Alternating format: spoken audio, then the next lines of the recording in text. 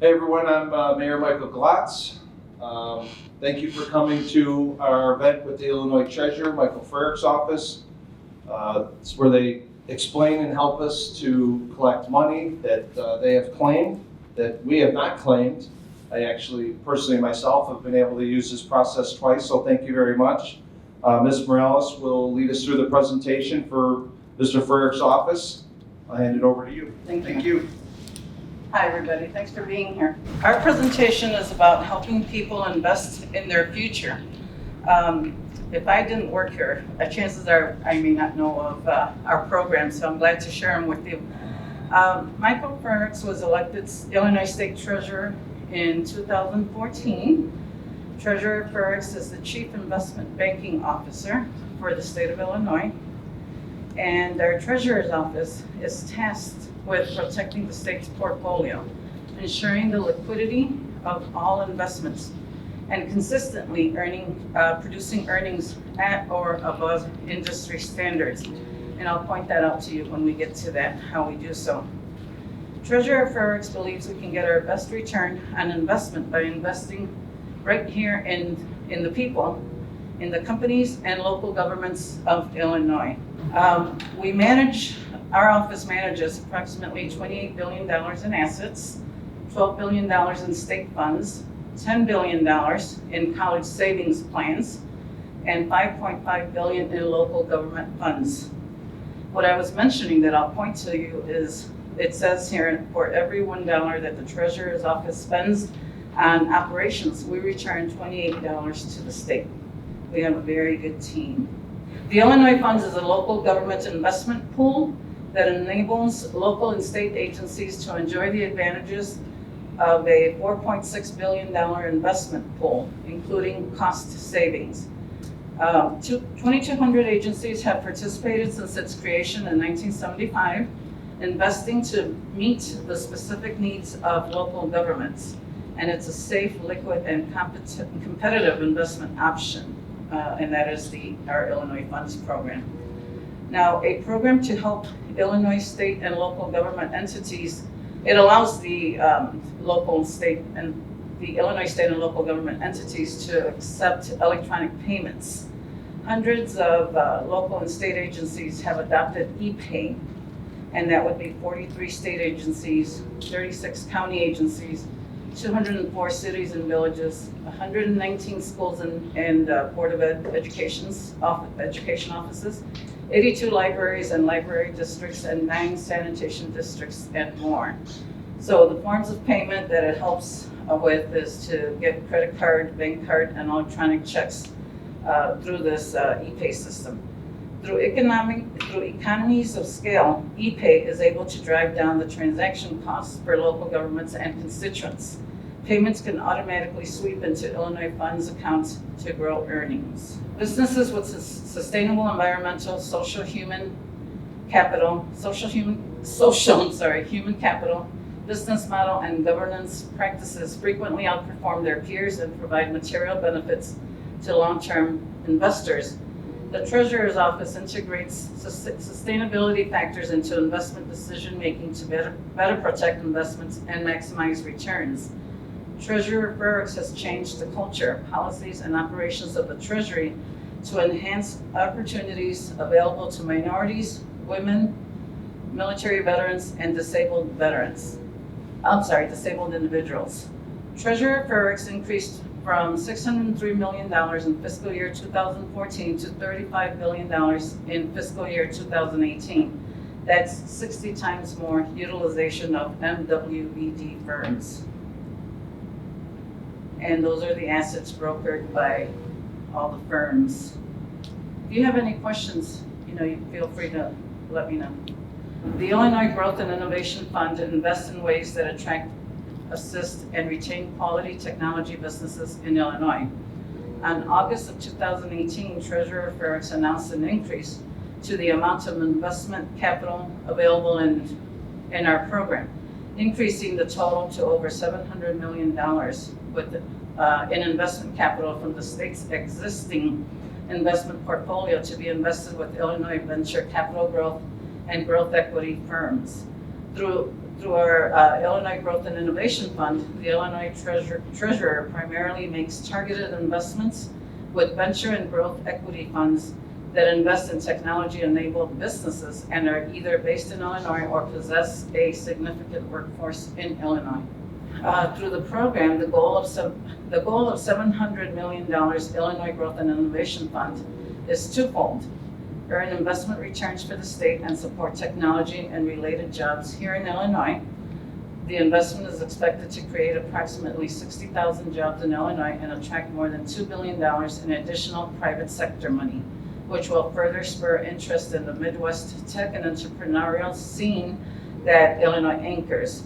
So the impact that we've had since it started was 4,000 new jobs created, $840.1 million invested in Illinois-based companies, $8.4 billion in aggregate GAAP revenue, and $77.5 million invested in minority women-owned funds to date.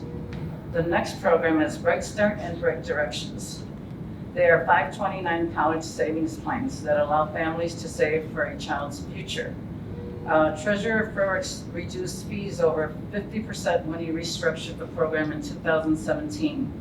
Contributions to Illinois 529 plans are eligible for a state tax deduction and earnings tax-free. Funds can be used for qualified expenses at eligible community colleges, trade schools, or universities. As long as they're accredited, they can attend college anywhere, as long as the university or college or trade school is accredited. So the next bullet point is where can the college savings plans be used? They can be used at colleges, universities, vocation schools, or other post-secondary educational institutions eligible to participate in a student aid program administered by the U.S. Department of Education. This includes schools outside of Illinois and some schools abroad. You can visit the FAFSA website for the full list. Who can open a 529 college savings account? All account owners must be 18 years of age, have a valid Social Security number or taxpayer identification number, and must have a valid U.S. address, not a P.O. box. Who can be a beneficiary? The beneficiary can be anyone, and they must have a valid Social Security number or taxpayer ID number, and must have a valid U.S. address, again, not a P.O. box. The Fallen Heroes Scholarship Fund. This is offered to children who have lost a parent in the line of duty, and it's an opportunity to receive a $1,000 Bright Start College Savings Scholarship. This includes the dependents of members of the armed forces, as well as firefighters, law enforcement officers, paramedics in Illinois who have died while serving their state and country, overseas or at home. The scholarship award will be invested in an age-based portfolio under the Bright Start College Savings Program. ABLE, National ABLE Alliance. There's a 16-state partnership. The Illinois State Treasurer is the administrator of Illinois' 529A program called ABLE, which provides the most robust ABLE services at the lowest cost to beneficiaries. The National ABLE Alliance represents roughly 1/4 of the U.S. disability population. Illinois is the lead for the alliance. The program features 6 easy-to-use investment options, banking option with free debit card, no fees at over 4,500 ATMs, third-party reviewed website, and no overdraft fees. An ABLE savings account will allow for a person with a disability to invest for their future. In most cases, ABLE accounts will not impact eligibility for Social Security and other disability benefits. Money earned through ABLE can be spent tax-free on qualified disability-related expenses. Eligible individuals include those with autism, Down syndrome, blindness, or someone who suffered a debilitating injury before the age of 26. CUP enables qualified financial institutions that operate in designated areas to access state capital at a lower rate, and this is the Invest in Rural Illinois program. It enables financial institutions that operate in designated areas to access state capital at a lower rate in the form of a time deposit. Ag Invest, as it's also known, provides banks with deposits so they can offer qualified farmers and agriculture professionals with below market rates to start or enhance farm operations. Finally Home offers a 5-year, 10% guarantee to participating lending institutions throughout Illinois. The Finally Home program allows borrowers to purchase a home or refinance due to financial hardship. Charitable Trust, another one of our great programs. The goal of the $700 million Illinois Growth and Innovation Fund is twofold: earn investment returns for the state and support technology and related jobs here in Illinois. The investment is expected to create approximately 60,000 jobs in Illinois and attract more than $2 billion in additional private sector money, which will further spur interest in the Midwest tech and entrepreneurial scene that Illinois anchors. Impact since then: 4,000 new jobs created, $840 million, $840 and $1 million, $0.1 million invested in Illinois-based companies, $8.4 billion in aggregate GAAP revenue, $77.5 million invested in minority women-owned funds. The Charitable Trust Stabilization Fund, administered by the Illinois State Treasurer. Grants are awarded to not-for-profit organizations in Illinois. They must have a budget of $1 million or less. Focus areas include food programs, housing programs, and workforce and economic development. 60 grants totaling over $1.25 million have been awarded to nonprofits across the state. And this is our logo about iCash. Anyone familiar with iCash here? Anyone found money? Okay. iCash says, discover what's yours. One of the programs administered by the state treasurer has been in existence since 1962, computerized since 1992, and used to be called Cash Dash. Now it's called iCash. Where does that unclaimed property come from? People lose track of their assets when they change addresses, when a family member dies, when businesses and financial institutions turn over dormant or unclaimed accounts to the state as required by law. Sometimes people get upset because we have their money, but it's a state law, it's to protect you. Examples of unclaimed property: inactive bank accounts. If there's no activity, they may consider it dormant and send it to us. Contents of safe deposit boxes, stocks, bonds, and mutual funds. Unrefunded utility deposits, bill overpayments, uncashed checks and money orders, unpaid wages or commissions, paid-up life insurance policies are examples of money we find. Very interesting. The Unclaimed Property Division currently has, and now it's $3.5 billion in cash, plus contents from Illinois Bank safe deposit boxes, which need to be returned to Illinois residents. A record-breaking $180 million in forgotten cash and stock was returned to individuals. Employers and nonprofits this past fiscal year, July of 2017 to 2019, that's older, so it's got to be more money that we've returned. More than 160,000 claims were fulfilled, 49,000 of which were paperless with an average value of $1,552. In each of these claims, the individual had to initiate the process. We don't do searches over the phone. You have to do them online. Other news: unclaimed property auctions are online several times a year. And please invite us to come out and visit your organization, your club, your senior group, your church group, community events.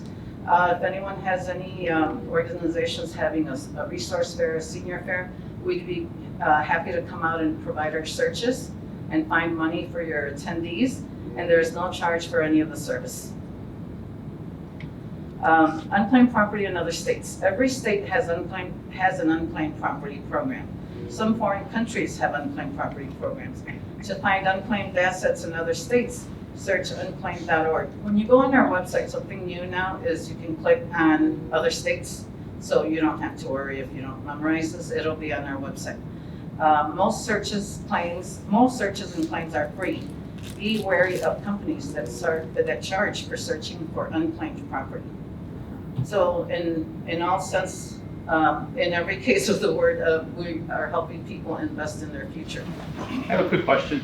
Yes. If there's unclaimed property for deceased parents, something like that, how do you go about? You can claim it as an heir. In every case, when you have a claim, the next thing you have to do is designate if you're the owner of the money, because living persons are the owners of their own money. If you search your father, then you'll designate yourself as an heir. So you'll search his name. At the end, when it says enter current claimant information, you're gonna put your name, your social, your address, your phone number, but you will already have told us you're claiming it as an heir. But we need your information because you're the one that's getting paid. If you're looking for a deceased person, do you have to have their death certificate? Yes, in all cases. What No. documents do you need for? Your birth certificate to show how you're related, or documents to show how you're related. And a will, if you don't have a will, there's a small estate affidavit that you can fill out in its place. And sometimes they need proof of the old address, of the person's address, so a utility bill. Sometimes people stop at that process when they don't have proof of the address, so don't stop there, there's always a solution. We'll just ask you to write a note saying the time frame that you lived there, or that they lived there, and the reason you don't have documentation.